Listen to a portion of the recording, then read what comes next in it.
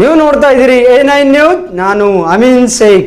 ನಿಮ್ಮ ಸೇವೆ ಮಾಡಲು ಒಂದು ಅವಕಾಶ ನೀಡಬೇಕು ಎಂದು ರಾಜ್ಯ ಬೀಜ ಹಾಗೂ ಸಾವಯವ ಪ್ರಮಾಣನ ಸಂಸ್ಥೆ ಅಧ್ಯಕ್ಷ ವಿಜಯಗೌಡ ಪಾಟೀಲ್ ಹೇಳಿದರು.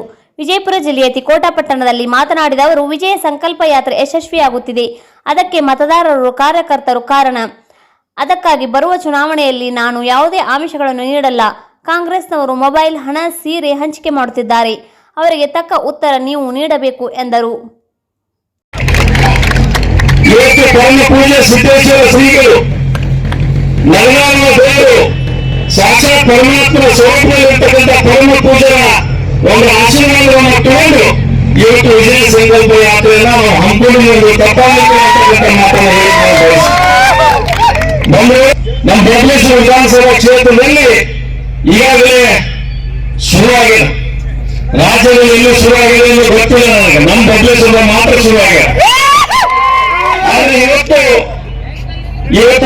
ಸನ್ಮಾನ್ಯ ನಮ್ಮ ರಾಜ್ಯದ ಮುಖ್ಯಮಂತ್ರಿ ಬಸವರಾಜ ಬೊಮ್ಮಾಯಿ ಸಾಹೇಬರು ಇವತ್ತು ಸಾಯಂಕಾಲವರೆಗೆ ನನ್ನ ಹಿರಿಯ ಸಹೋದರ ಇವತ್ತು ಲಕ್ಷ್ಮಣ ಸವದಿಯವರು ಮತ್ತು ಶಿಶಿ ಪಾಟೀಲ್ ನೇತೃತ್ವದಲ್ಲಿ ಇವತ್ತು ಇಷ್ಟೊಂದು ದೊಡ್ಡ ಸಂಖ್ಯೆಯಲ್ಲಿ ಇವತ್ತು ಕನ್ನಡಿ ಭಾವನಗರ ಬಿಜ್ಜರಿಗೆ ವಿಶೇಷವಾಗಿ ಇವತ್ತು ನಂದೀಶ್ವರ ಫ್ಯಾಕ್ಟರಿಯಲ್ಲಿ ಇಂಥ ಒಂದು ಉರಿ ಬಿಸಿಲಿನಲ್ಲಿ ಇವತ್ತು ನೀವೆಲ್ಲರಿಗೂ ಬರೀ ಫೋನ್ ಮಾಡಿ ನೀವೆಲ್ಲರೂ ಕಾರ್ಯಕ್ರಮಕ್ಕೆ ಬರಬೇಕು, ನೀವು ಆಶೀರ್ವಾದವನ್ನು ಮಾಡಬೇಕು.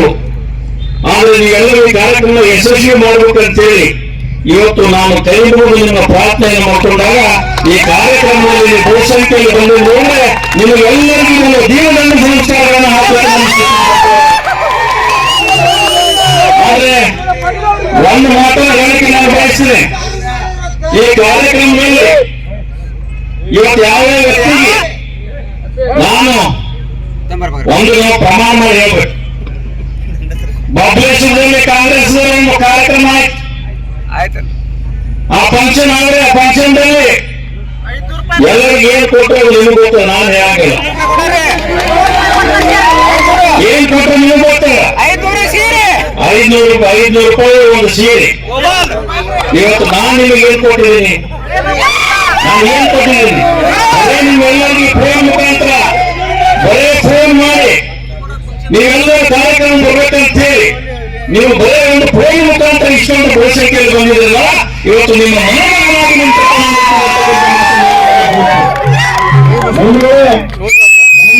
15 ದಿವಸದಲ್ಲಿ ಅವ್ರು ಏನೇನು ಮಾತನಾಡಿದ್ರು, ಏನು ಬಿಟ್ಟರು, ಯಾವ ಭಾಷೆ ಬಳಸಿದ್ರು, ನನ್ನ ಮನೆತನ ಬಗ್ಗೆ ಮಾತನಾಡಿದ್ರು, ನನ್ನ ಮಕ್ಕಳ ಬಗ್ಗೆ ಮಾತನಾಡಿದ್ರು.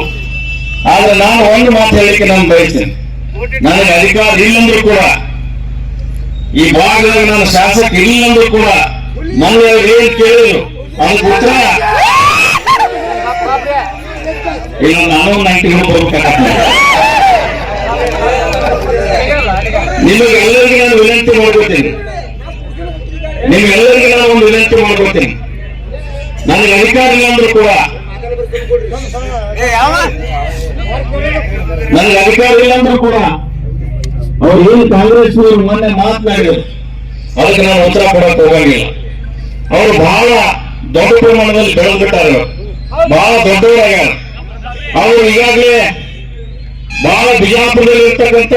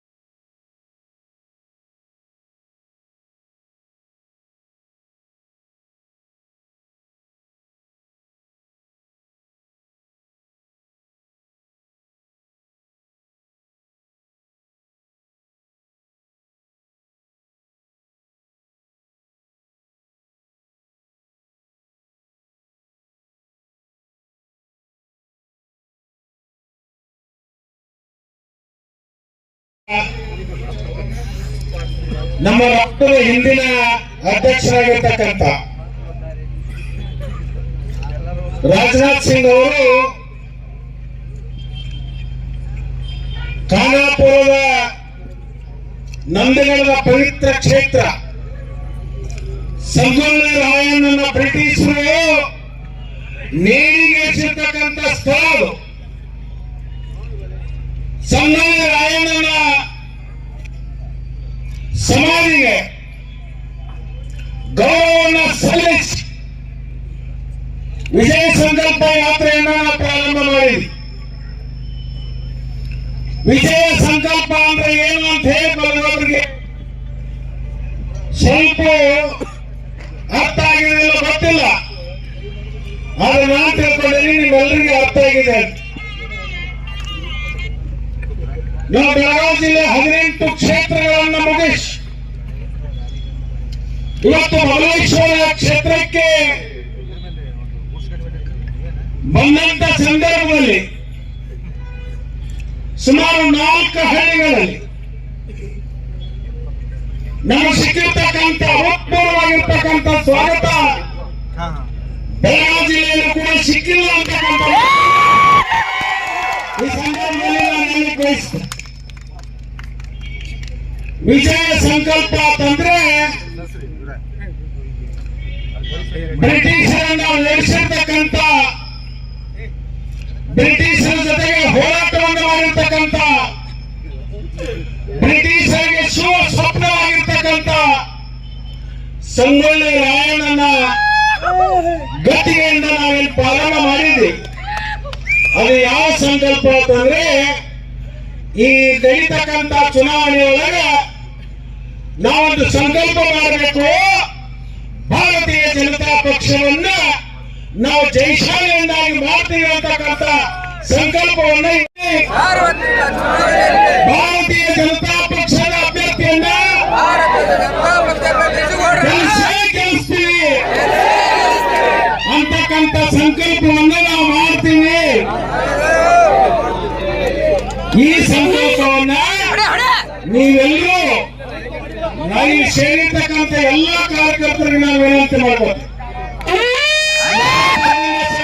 ಸಂಕಲ್ಪ ಇವತ್ತಿನಿಂದ ಚುನಾವಣೆ ಮುಗಿಯುವವರೆಗೆ ಈ ಕ್ಷೇತ್ರದ ಅಭ್ಯರ್ಥಿಯನ್ನು ನಾವು ಗೆಲ್ಲಿಸ್ತೀವಿ, ಮನೆ ಮನೆಗಳಿಗೆ ಹೋಗ್ತೀವಿ. ನರೇಂದ್ರ ಮೋದಿ ಅವರ ಕಾರ್ಯಕ್ರಮ ಮತ್ತು ರಾಜ್ಯದಲ್ಲಿ ಯಡಿಯೂರಪ್ಪನವರು ಮತ್ತು ಬಸವರಾಜ ಬೊಮ್ಮಾಯಿ ಕೊಟ್ಟಿರ್ತಕ್ಕಂಥ ಕಾರ್ಯಕ್ರಮಗಳನ್ನ ನಮ್ಮ ಎಲ್ಲಾ ಮತದಾರರಿಗೆ ತಿಳಿಸ್ತೀವಿ, ಅವರ ಮನಸ್ಸನ್ನ ಪರಿವರ್ತನೆ ಮಾಡ್ತೀವಿ. ಈ ಕ್ಷೇತ್ರದ ಅಭ್ಯರ್ಥಿಯನ್ನ ನಾವು ಗೆಲ್ಸ್ತೀವಿ ಅಂತಕ್ಕಂಥ ಒಂದು ಸಂಕಲ್ಪವನ್ನು ಮಾಡಿ ನಾನು ಎರಡು ವಿಷಯಗಳನ್ನು ಕೇಳಿದೆ. ಈ ದೇಶದಲ್ಲಿ ಇನ್ನೊಂದು ಸಾರಿ ನರೇಂದ್ರ ಮೋದಿ ಅವರು ಪ್ರಧಾನಮಂತ್ರಿಗಳಾಗಬೇಕು, ಆಗಬಾರ್ದು, ಆಗಬೇಕು, ಆಗಬಾರ್ದು. ಆಗಬೇಕಂದ್ರೆ ನಮ್ಮ ಎಲ್ಲ ಮತಗಳು ಕೂಡ ಭಾರತೀಯ ಜನತಾ ಪಕ್ಷಕ್ಕೆ ಕೊಡಬೇಕು. ನಮ್ಮ ರಾಜ್ಯದಲ್ಲಿ ಇನ್ನೊಂದು ಸಾರಿ ಭಾರತೀಯ ಜನತಾ ಪಕ್ಷ ಅಧಿಕಾರಕ್ಕೆ ಬರಬೇಕು, ಬರಬಾರ್ದು, ಬರಬೇಕು, ಬರಬಾರ್ದು. ಬರಬೇಕು ಅಂದ್ರೆ ನಮ್ಮ ಎಲ್ಲ ಮತಗಳನ್ನ ಭಾರತೀಯ ಜನತಾ ಪಕ್ಷಕ್ಕೆ ಕೊಡಬೇಕು. ನಿಮಗೊಂದು ವಿಷಯ ಹೇಳ್ತೀನಿ, ಕಾಂಗ್ರೆಸ್ ಅವರು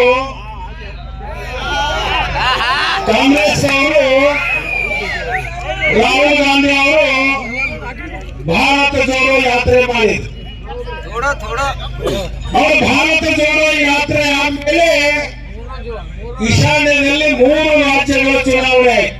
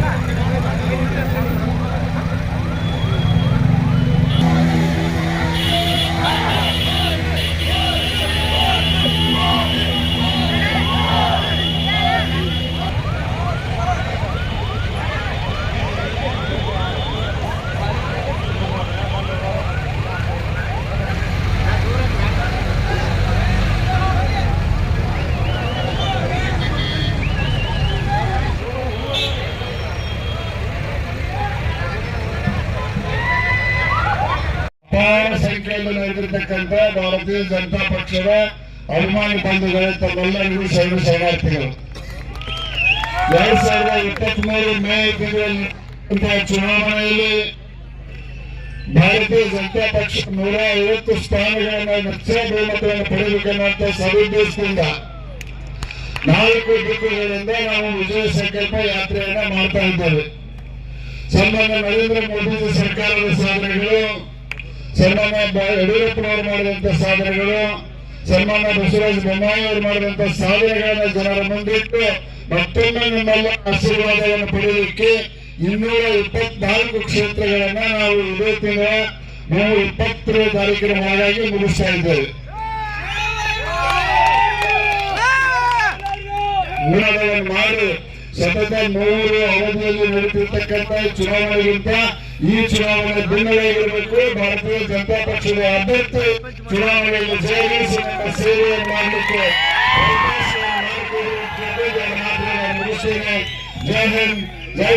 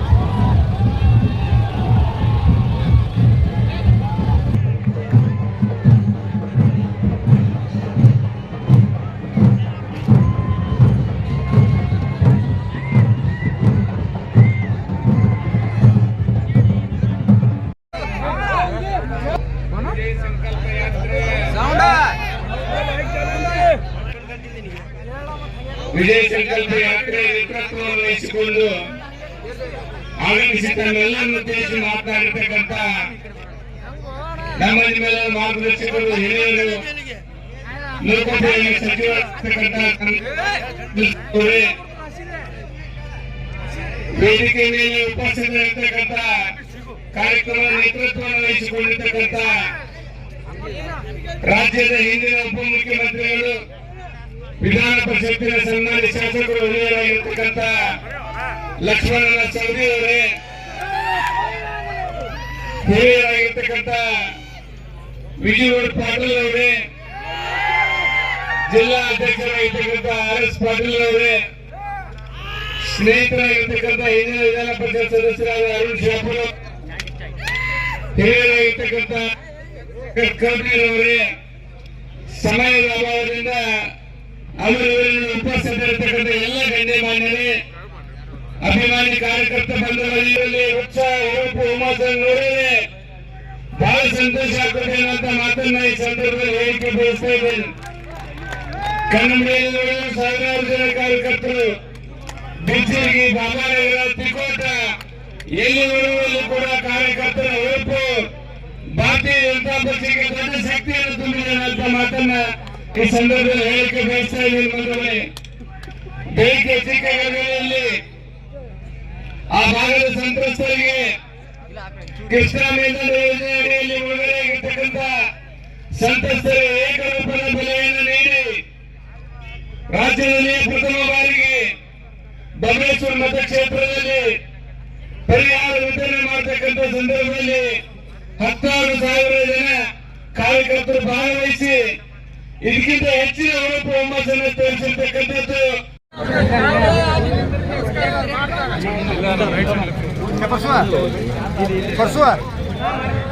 ಗೌರ್ ಮಾತಾಡ್ತಾರೆ ನೋಡಿ.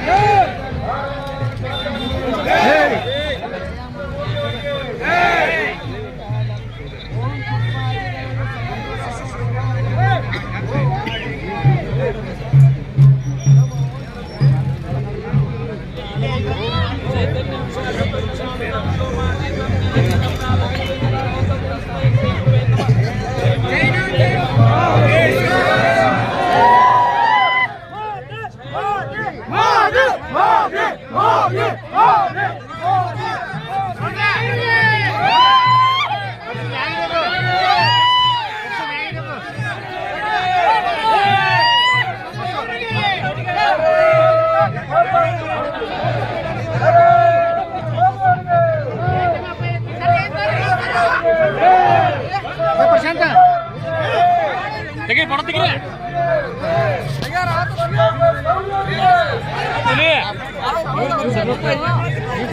ಇಲೆಕ್ಷನ್ ನಾನು ಇತ್ತಿಲ್ಲ, ವಿಜಯಗೌಡರು ಇರ್ತಾರು.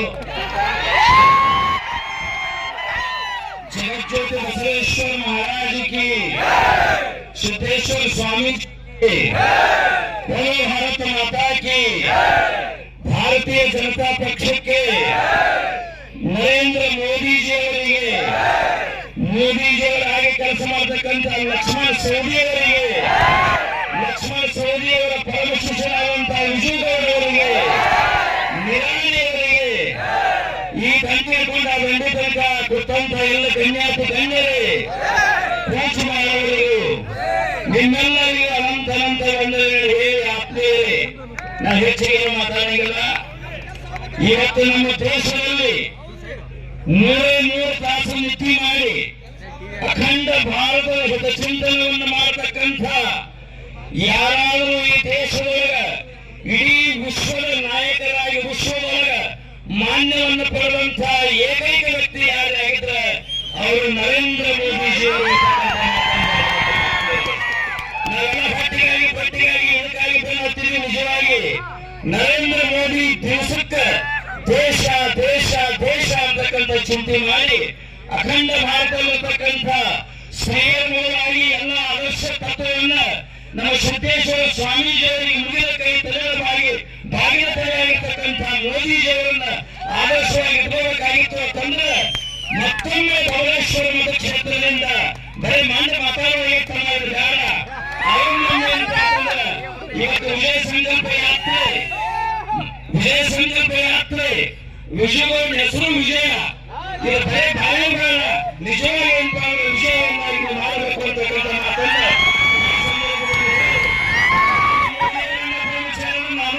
ನನಗೂ ಏನ್ ಬೇಕಾಗಿಲ್ಲ. ಯಾರು ತಾಕತ್ತಿನ ಕೆಲವರು ಕೇಳಿ ಅಖಂಡ ಭಾರತ ಉಳಿಬೇಕಾಗಿತ್ತು ಅಂತಂದ್ರೆ ಇವತ್ತು ನಾವು ಮಹಾಸಂಕಲ್ಪ ಮಾಡ್ಬೇಕಾಗತ್ತಿ. ಎರಡೇ ಮಾತಾಡ್ಕೊಂಡು ಬಹಳ ದೊಡ್ಡವರು ಬಂದವನ್ನ ಹೆಚ್ಚಿಗೆ ಮಾತಾಡಂಗಿಲ್ಲ.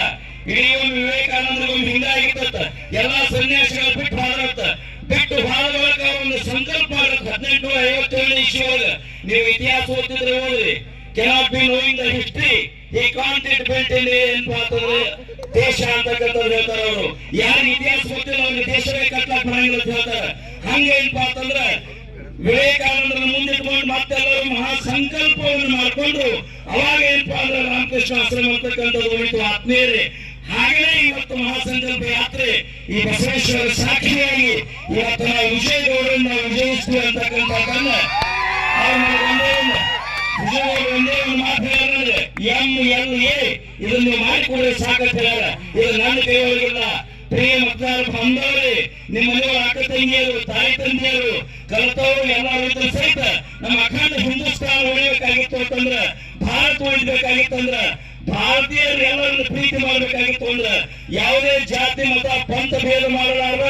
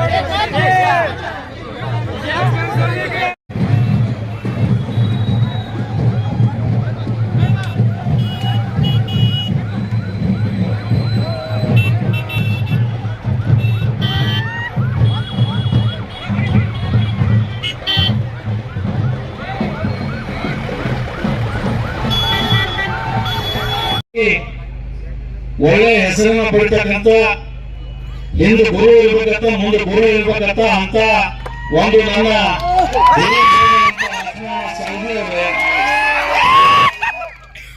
ಬಹುಶಃ ಮಧ್ಯಾಹ್ನ 2 ಗಂಟೆಯಿಂದ ಸಾಯಂಕಾಲ 9:30 ಗಂಟೆವರೆಗೆ ಈ ಬಬಲೇಶ್ವರ ವಿಧಾನಸಭಾ ಕ್ಷೇತ್ರದಲ್ಲಿ ಬೆಳಗಿನ 10:30-11 ಗಂಟೆಗೆ ನಡೀತಕ್ಕಂಥ ಒಂದು ಸನ್ಮಾನ್ಯ ಶ್ರೀ ನಮ್ಮ ರಾಜ್ಯದ ಸನ್ಮಾನ್ಯ ಶ್ರೀ ಮುಖ್ಯಮಂತ್ರಿಗಳಾದ ಬಸವರಾಜ ಬೊಮ್ಮಾಯಿ ಸಾಹೇಬರ ಒಂದು ಕಾರ್ಯಕ್ರಮ, ಅವರ ಜೊತೆಯಲ್ಲಿ ಸಾಯಂಕಾಲದಲ್ಲಿ ಈ ವಿಜಯ ಸಂಕಲ್ಪ ಯಾತ್ರೆಯ ಕಾರ್ಯಕ್ರಮ, ಎರಡೂ ಕಾರ್ಯಕ್ರಮ ನನ್ನ ಬಬಲೇಶ್ವರ ವಿಧಾನಸಭಾ ಕ್ಷೇತ್ರದಲ್ಲಿ ಅತಿ ಹೆಚ್ಚಿನ ಸಂಖ್ಯೆಯಲ್ಲಿ ಭಾಗವಹಿಸಿ ಆಶೀರ್ವಾದ ಮಾಡತಕ್ಕಂತ ಈ ಕಾರ್ಯಕ್ರಮದಲ್ಲಿ ಇರ್ತಕ್ಕಂಥ ಎಲ್ಲ ನನ್ನ ತಂದೆ ತಾಯಿಗಳ ಆತ್ಮೀಯ ಸಹೋದರರು, ಮಾಧ್ಯಮದ ಸ್ನೇಹಿತರೆ, ಬಹುಶಃ ನಾನೇನು ಬಾಯಿ ಮಾತನಾಡಲಿಕ್ಕೆ ಹೋಗಂಗಿಲ್ಲ. ಈ ಬಬಲೇಶ್ವರ ಇವತ್ತು ಇಡೀ ರಾಜ್ಯದ ಸುದ್ದಿಯನ್ನ ಮತ್ತು ದೇಶದ ಸುದ್ದಿಯನ್ನ ನನ್ನ ಹಿರಿಯ ಸೋದರಂತ ಲಕ್ಷ್ಮಣನವರು ನಮಗೆಲ್ಲ ವಿಷಯವನ್ನ ಹೇಳಿದ್ದಾರೆ. ನಾನೇನು ಹೇಳ್ತಕ್ಕಂಥ ವಿಷಯ ಇಲ್ಲ. ಆದ್ರೆ ಬಬಲೇಶ್ವರ ವಿಧಾನಸಭಾ ಕ್ಷೇತ್ರದ ಬಗ್ಗೆ ನಾನು ಒಂದೆರಡು ವಿಷಯಗಳನ್ನ ಹೇಳಿ ನಾನು ಒಂದೆರಡು ಮಾತುಗಳನ್ನು ಮುಗಿಸ್ತೇನೆ. ಈ ವಿಜಯ ಸಂಕಲ್ಪ ಯಾತ್ರೆ ಇಡೀ ರಾಜ್ಯದಲ್ಲಿ ಇವತ್ತು ಎಲ್ಲ ಕಡೆ ಇವತ್ತು 2023 ಸಾರ್ವತ್ರಿಕ ಚುನಾವಣೆ ಇವತ್ತು ಎಲ್ಲ ಕಡೆ ತಿರುಗಾಡಿ ಇವತ್ತು ನಮ್ಮ ಬಬಲೇಶ್ವರ ವಿಧಾನಸಭಾ ಕ್ಷೇತ್ರಕ್ಕೆ ಬಂದಿದೆ. ನೀವೆಲ್ಲರೂ ನಮಸ್ಕಾರ ಕರ್ನಾಟಕ A9 ನ್ಯೂಸ್ಗೆ ಸ್ವಾಗತ. ನನ್ನ ಹೆಸರು ಅರುಣ್ ಕುಮಾರ್. ನನ್ನ ಹೆಸರು ತೇಜಸ್ವಿನಿ. ಕರ್ನಾಟಕದ ಎಲ್ಲ ಜಿಲ್ಲೆ ಮತ್ತು ತಾಲೂಕಿನಲ್ಲಿ ರಿಪೋರ್ಟರ್ಸ್ ಬೇಕಾಗಿದ್ದಾರೆ. ಕೂಡಲೇ ಕೆಳಗಿನ ನಂಬರ್ಗೆ ಕಾಲ್ ಮಾಡಿ. Thank you. ನಿರಂತರ ಸುದ್ದಿಗಳಿಗಾಗಿ ನೋಡ್ತಾ ಇರಿ A9 ನ್ಯೂಸ್.